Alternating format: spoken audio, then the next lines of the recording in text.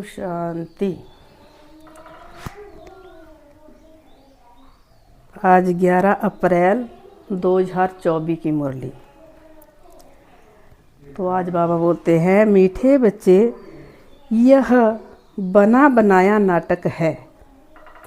इस नाटक से एक भी आत्मा छूट नहीं सकती। ये बना बनाया नाटक है दुनिया, इससे एक भी आत्मा छूट नहीं सकती। जैसे सृष्टि में स्थूल नाटक करते हैं तो उसमें सब एक्टर्स चाहिए, ऐसे ये दुनिया का भी एक नाटक है। इस नाटक में भी हम सभी का रोल है, कर्मों का रोल है। तो इस नाटक में भी एक भी छूट नहीं सकता। भगवान बाबा कहते हैं सभी को अपने अपने कर्मों के हिसाब से बजाना ही पड़ता है। एक भी आत्मा छूट नहीं सकती।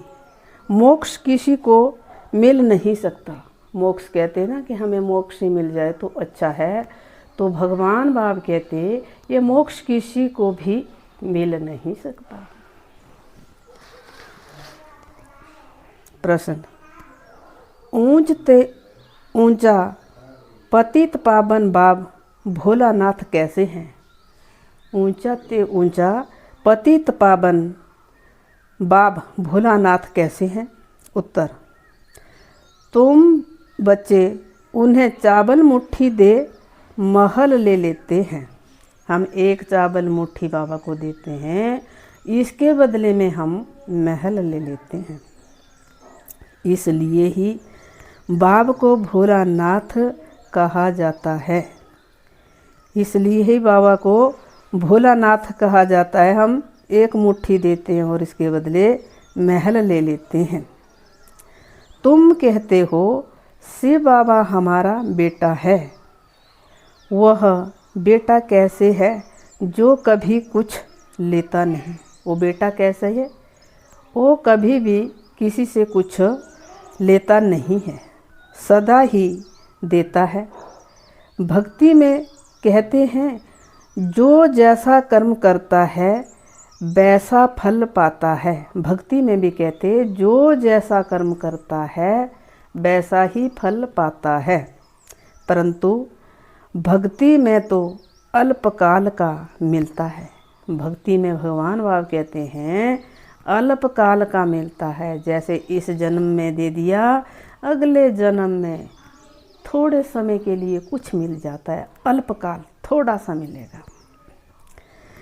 है। ज्ञान में समझ से करते इसलिए ये सदा काल का मिलता है। ज्ञान में हम समझ से करते हैं, ये अल्पकाल से के लिए सदा हमें मिलता है। आज का धारणा कहते हैं शिव बाबा, वशीकरण मंत्र सबको देना है। पढ़ाई की मेहनत से राजाई का तिलक लेना है। कहते हैं ना वशीकरण मंत्र, किसी ने इसको वशीकरण जादू कर दिया है तो इसको अपने बस में कर दिया है। तो भगवान बाबा हमें ऐसा वशीकरण मंत्र देते हैं कि मन मना भव मध्य जी भव। तो इससे भगवान को भी हम अपने बस में कर लेते हैं। भाई बहनों, ये ही वशीकरण मंत्र है। जितना हम भगवान बाप को याद करेंगे उतना भगवान हमारे वश में हो जाते हैं। तो कितनी विचित्र बात है। वशीकरण मंत्र सबको देना है। पढ़ाई की मेहनत से राजाई का तिलक लेना है। राजा विश्व महाराजन महारानी बनते हैं। ऐसी पढ़ाई से पूरे विश्व के ही विश्व महाराजन महारानी बनते हैं। तो हम सभी को अपने अपने जो है भाग्य का राज्य ले लेना चाहिए। भगवान बाप जो हैं तो सभी को राज्य भाग्य देने के लिए आए हैं। कहते हैं ना, जब भगवान बुद्धि बांट रहे थे तू पता नहीं कहाँ सोया रहा। कहते हैं ना, अज्ञानी माँ बाप भी अपने बच्चों को कहते हैं। तो इस समय भगवान बुद्धिमानों का बुद्धिमान है। हम सभी को बुद्धि देने के लिए आए हैं।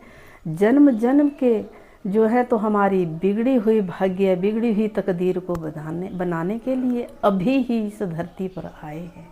तो हम सभी अपना अपना राज्य भाग्य क्यों ना ले लें।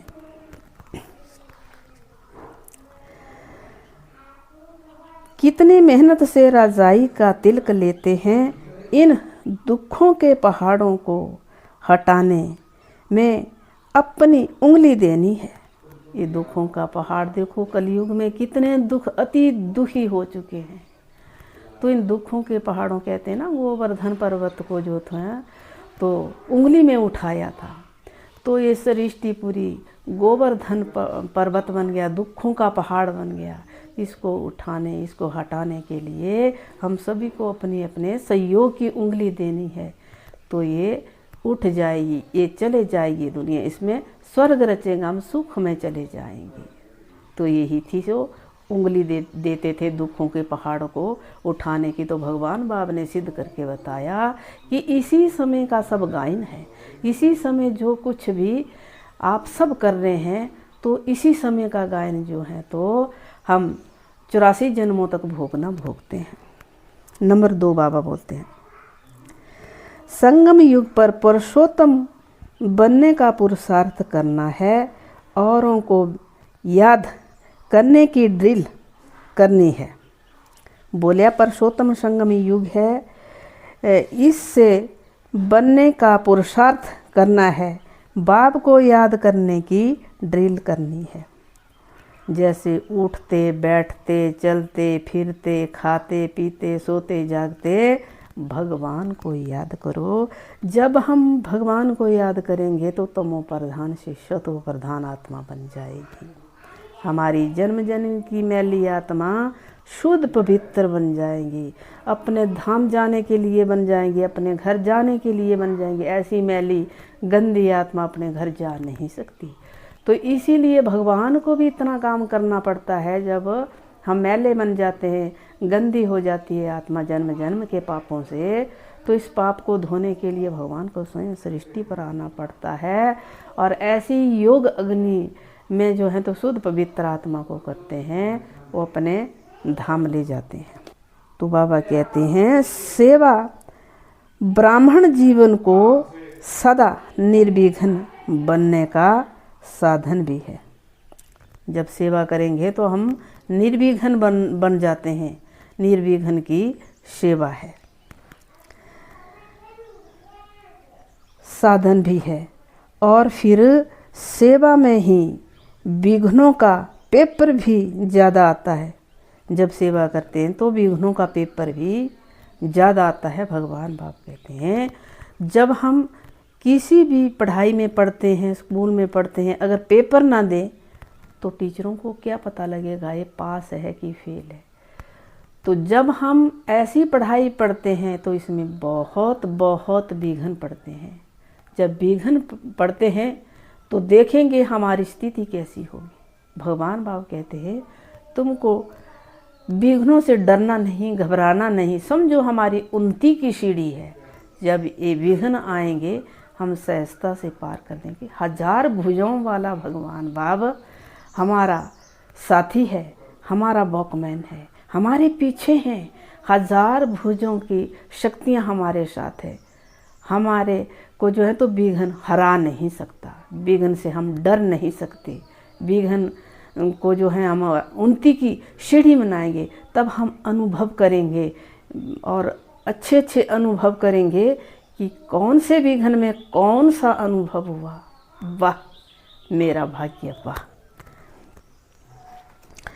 पेपर भी ज़्यादा आते हैं, विघ्नों में पेपर भी ज़्यादा आते हैं। विघ्न सेवाधारी, इनको सच्चा सेवाधारी कहा जाता है। जब विघ्न आ जाते हैं तो सेवाधारी को भी भगवान बाप कहता है सच्चा सेवाधारी कहा जाता है।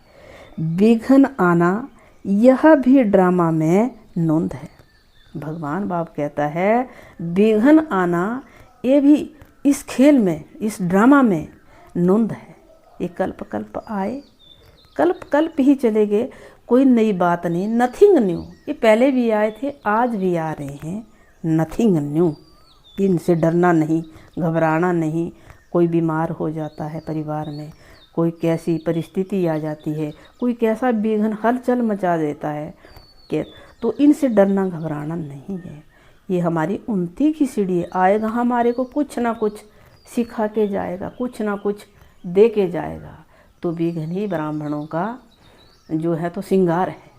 तो इनसे डरना नहीं है। जो आएगा कोई बात नहीं, आ जाओ, गले लगाओ उनको। जो विघ्न आते हैं उनसे डरो मत। ये भी नुंद है, आना ही है। ये तो आते ही हैं, आने हैं और आते ही रहेंगे, और ये विघ्न आते ही रहेंगे, क्योंकि यह विघ्न व पेपर अनुभवी बनाते हैं। ये विघ्न और पेपर ही हमें अनुभवी बनाते हैं। इसको विघ्न ना समझ अनुभव की उन्नति हो रही है। ये पेपर समझ करके हमें जो है तो हमारी उन्नति हो रही है। इस भाव से देखो, इस भाव से देखो। ऐसा नहीं देखो मेरा पेपर आया, मुझे विघ्न आया, मैं कैसे करूं, कैसे चलूं भगवान की राह पर। कहते ना, भगवान को पाने से जो है तो बहुत कठिन होता है। भगवान पाना कोई सहज बात नहीं है, बहुत कठिन बात होती है। लेकिन इसको एक खेल समझो तो खेल खेल में चले जाता, हमारे जो है तो जीवन को हीरे तुल्य बना देता है। हम किसके साथ है? भगवान के साथ। हमारे साथ थी कौन बना है इस समय? भगवान बना है। किसी दुनिया के भाई बहन के साथ 8-10 इंसान हो गए, 100 हो गए, लेकिन हमारे साथ एक भी होगा तो भगवान होगा। तो बताओ जीत किसकी होगी? जिसके साथ भगवान है उसके जीत होगी, या जिसके साथ इंसान है उसकी जीत होगी? तो जीत उसकी होगी जिसके साथ भगवान है। तो हमें कितने भी विघ्न आए, हम डर नहीं सकते, घबरा नहीं सकते, सबको पार कर देंगे। पहाड़ जैसे परिस्थितियों को भी रूई बना करके सहजता से पार कर देंगे। कि याद रखो, याद रखेंगे कि भगवान हमारा साथ ही साथ है। जब याद रखेंगे तो अपने आप टल जाएंगे, अपने आप चले जाएंगे, हम सहजता से पार कर देंगे। तो इस भाव से देखो तो उन्नति की सीढ़ी अनुभव होगा और आगे बढ़ते रहेंगे। ये उन्नति की सीढ़ी है तो हम आगे बढ़ते ही रहेंगे। आज का स्लोगन बाबा कहते हैं, विघ्न रूप नहीं विघ्न विनाशक बनो। जब विघ्न आ जाता है तो इसको ऐसा नहीं समझो ये विघ्न आया, मैं भी विघ्न रूप बन गया, मैं कुछ नहीं कर सकता, मेरे से कुछ नहीं। विघ्न रूप नहीं विघ्न विनाशक बनो।